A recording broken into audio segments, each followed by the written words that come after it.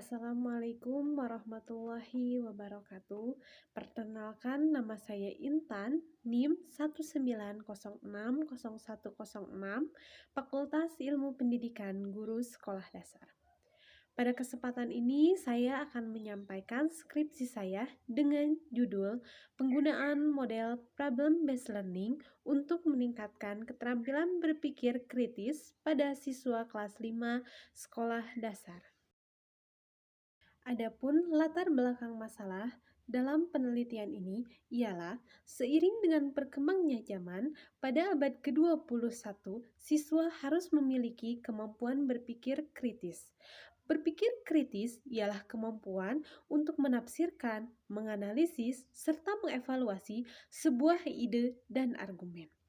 Dengan kata lain, seseorang dapat dikatakan mempunyai keterampilan berpikir kritis apabila sudah mampu berpikir secara masuk akal dan terarah dengan baik dalam mencari solusi untuk masalah saat ini.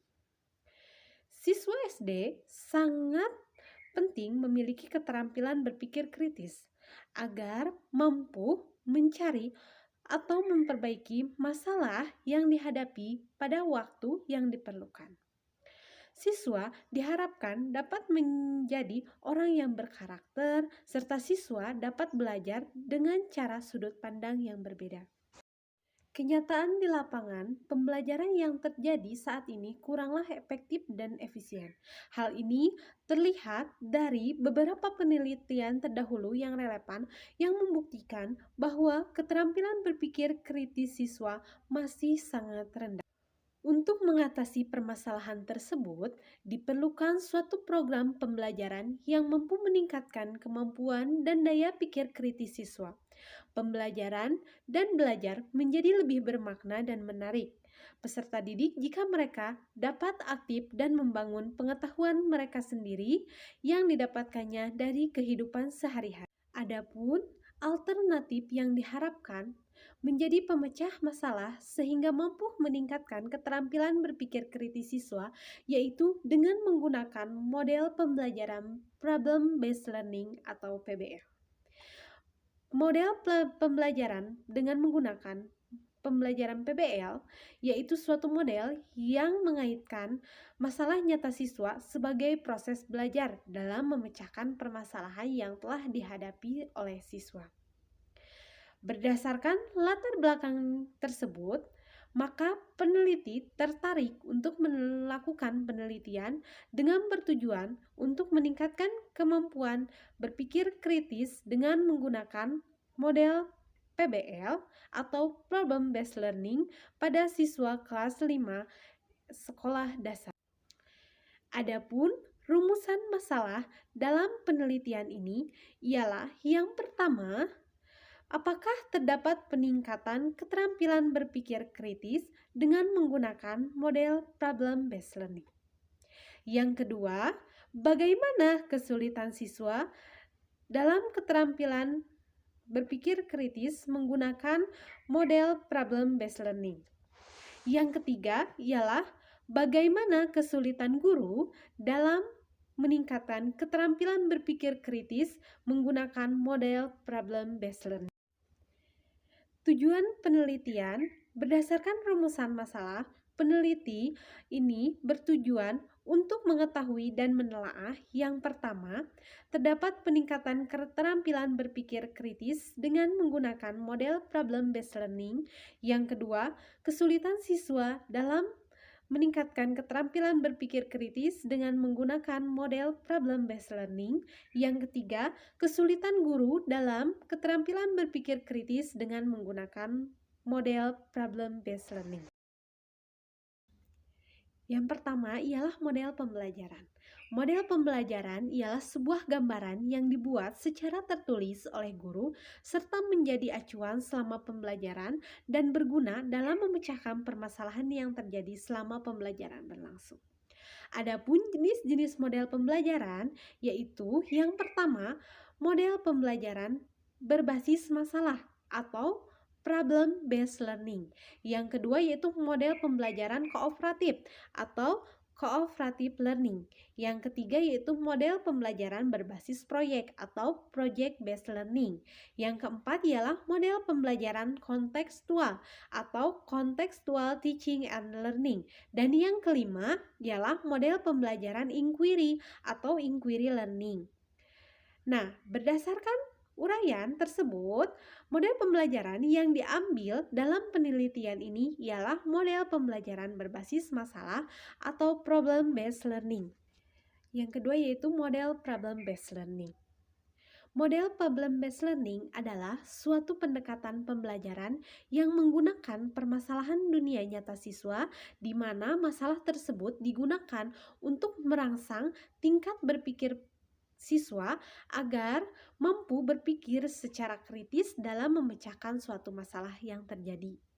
Adapun langkah-langkah model problem based learning yaitu yang pertama, orientasi masalah. Yang kedua, mengorganisasikan siswa dalam belajar. Yang ketiga, membimbing pengalaman siswa. Yang keempat, mengembangkan hasil karya serta menganalisis dan mengevaluasi proses pemecahan masalah. Yang ketiga ialah keterampilan berpikir. Berpikir adalah sebuah aktivitas menalar dalam mencari solusi dari suatu masalah dengan proses penggunaan gagasan, lambang-lambang, maupun suatu ide yang melibatkan kesadaran individu. Adapun macam-macam berpikir ialah berpikir kreatif, berpikir kritis, serta berpikir tingkat tinggi. Namun, kemampuan berpikir yang digunakan dalam penelitian ini ialah kemampuan berpikir kritis. Keempat ialah berpikir kritis. Berpikir kritis ialah kemampuan seseorang secara rasional dalam memecahkan suatu masalah yang terjadi pada kehidupannya atau dalam mengambil sebuah keputusan yang akan dilakukan. Adapun indikator berpikir kritis ialah yang pertama fokus. Di sini, siswa mampu memahami permasalahan yang diberikan dengan menggali informasi-informasi untuk memecahkan masalah, serta siswa mampu memahami pertanyaan dalam soal yang diberikan. Yang selanjutnya, yang kedua, ialah ration. Ration merupakan siswa di sini mempunyai alasan berdasarkan kenyataan yang sesuai dengan kejadian atau informasi yang didapat dalam mengambil sebuah keputusan atau dalam menyimpulkan sesuatu masalah. Yang ketiga itu inference. Di sini berdasarkan prosedur identifikasi pada tahap penyelesaian, siswa dapat sampai pada kesimpulan yang tepat atau siswa dapat menyimpulkan permasalahan. Yang keempat yaitu situation. Yaitu di sini siswa mampu memecahkan masalah menggunakan pengetahuan yang tepat. Misalnya, siswa mampu menjelaskan mengenai kesimpulan yang telah dibuat sebelumnya. Yang kelima yaitu clarify, di mana di sini siswa dapat menjelaskan simbol atau konsep yang masih belum jelas. Yang keenam yaitu overview, yaitu di mana siswa mampu meneliti, memeriksa, maupun mengkoreksi kembali hasil penyelesaian permasalahan dari mulai awal sampai akhir. Poin yang kelima ialah ilmu pengetahuan alam. IPA atau ilmu pengetahuan alam merupakan sebuah pembelajaran yang memuat tentang lingkungan, alam sekitar, makhluk hidup, dan lainnya. Adapun materi yang diambil pada pembelajaran IPA di kelas 5 ini yaitu mengenai perpindahan kalor. Perpindahan kalor atau perpindahan panas adalah perpindahan suatu benda dari yang bersuhu tinggi ke suhu yang rendah. Nah, perpindahan panas ini dibagi menjadi 3 bagian. Yang pertama yaitu perpindahan panas secara konduksi. Perpindahan panas secara konduksi ialah perpindahan panas tanpa mengubah bahan perantara. Adalah nama lain untuk jenis perpindahan panas ini. Contohnya yaitu pada saat kita memasak, ujung spatula yang kita pegang akan terasa panas walaupun tidak bersentuhan dengan api kompor. Ya, yang kedua ialah perpindahan panas secara konveksi. Perpindahan panas secara konveksi ialah perpindahan panas yang diikuti oleh molekul zatnya. Misalnya, saat kita merebus air, air akan menjadi lebih ringan karena air yang paling dekat dengan api akan menjadi lebih panas. Air akan naik dan menggantikan air yang lebih rendah. Perpindahan panas yang terakhir ialah perpindahan panas radiasi. Perpindahan panas radiasi ialah perpindahan panas tanpa melalui zat perantara. Contohnya saat kita membuat api unggun, maka badan kita akan terasa hangat saat duduk di dekatnya. Yang selanjutnya ialah poin ke-6, yaitu karakteristik siswa kelas 5 sekolah dasar dalam meningkatkan keterampilan berpikir kritis. Nah, karakteristik siswa sekolah dasar kelas 5 yaitu yang pertama, anak-anak menjadi sadar atas keadaan jasmaninya. Yang kedua, emosi anak-anak pada saat ini tidak stabil karena pada masa ini anak-anak mulai ada kematangan fisik. Yang ketiga ialah anak-anak mulai memiliki pandangan kritis terhadap orang yang lebih dewasa darinya. Yang selanjutnya ialah setiap hal yang dikerjakannya menginginkan adanya penghargaan atau pengenalan. Serta yang terakhir ialah anak-anak masa ini senang bermain dengan berkelompok. Adapun pada siswa kelas 5 sudah dapat memiliki keterampilan berpikir kritis sebab pada tahap ini siswa sudah mampu memecahkan masalah yang berhubungan dengan dunia nyatanya. Yang selanjutnya yaitu metodologi dan prosedur penelitian. Yang pertama itu metode penelitian. Metode penelitian yang digunakan untuk menjawab rumusan masalah dalam penelitian ini adalah mixed method. Mixed method ialah pendekatan penelitian yang menggabungkan antara metode penelitian kuantitatif dan kualitatif. Yang kedua, desain penelitian. Adapun desain yang digunakan dalam penelitian ini adalah explanatory sequential design. Desain ini digunakan karena peneliti ingin mendapatkan data secara kuantitatif terlebih dahulu dan diikuti dengan penjelasan data kualitatif. Adapun yang ketiga ialah subjek penelitian. Subjek penelitian yang diambil dalam penelitian ini adalah siswa kelas 5 sekolah dasar yang berlokasi di salah satu kecamatan Cililin, Kabupaten Bandung Barat dengan jumlah siswa 30 orang. Yang selanjutnya instrumen penelitian. Instrumen penelitian yang digunakan dalam penelitian ini yaitu yang pertama instrumen non-tes, di mana instrumen non-tes ini meliputi wawancara, observasi, angket dari mulai guru maupun siswa. Nah, instrumen penelitian non-tes ini digunakan untuk mendapatkan data kualitatif. Sedangkan yang kedua yaitu tes.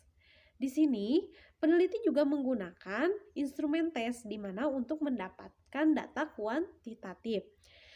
Instrumen tes yang digunakan yaitu menggunakan soal pretest dan soal posttest. Soal pretest digunakan peneliti untuk mengetahui sejauh mana kemampuan siswa sebelum menggunakan model problem based learning dalam keterampilan berpikir kritis. Nah, untuk soal posttest digunakan peneliti untuk mengukur sejauh mana peningkatan keterampilan berpikir kritis siswa dengan menggunakan model pembelajaran problem based learning. Yang poin selanjutnya ialah prosedur penelitian. Adapun tahapan penelitian desain the sequential explanatory design yaitu yang pertama merumuskan masalah, yang kedua yaitu merumuskan landasan teori dan hipotesis, yaitu mengumpulkan data dan menganalisis data kuantitatif yaitu data keterampilan berpikir kritis pada siswa kelas 5 dan respon guru dan siswa pada saat pembelajaran. Tahap keempat ialah menguji hipotesis.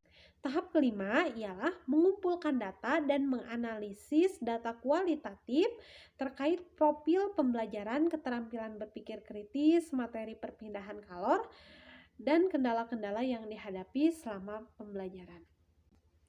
Tahap keenam ialah menganalisis data kuantitatif dan kualitatif.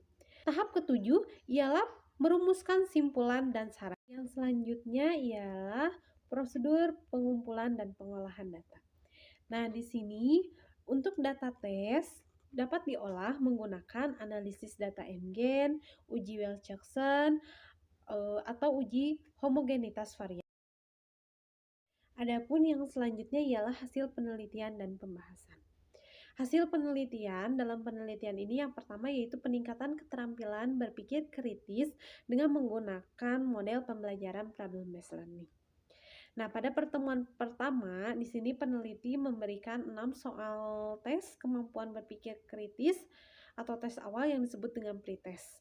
Nah, yang selanjutnya pembelajaran dilakukan sebanyak 3 siklus dengan menggunakan model pembelajaran problem-based learning. Setelah itu,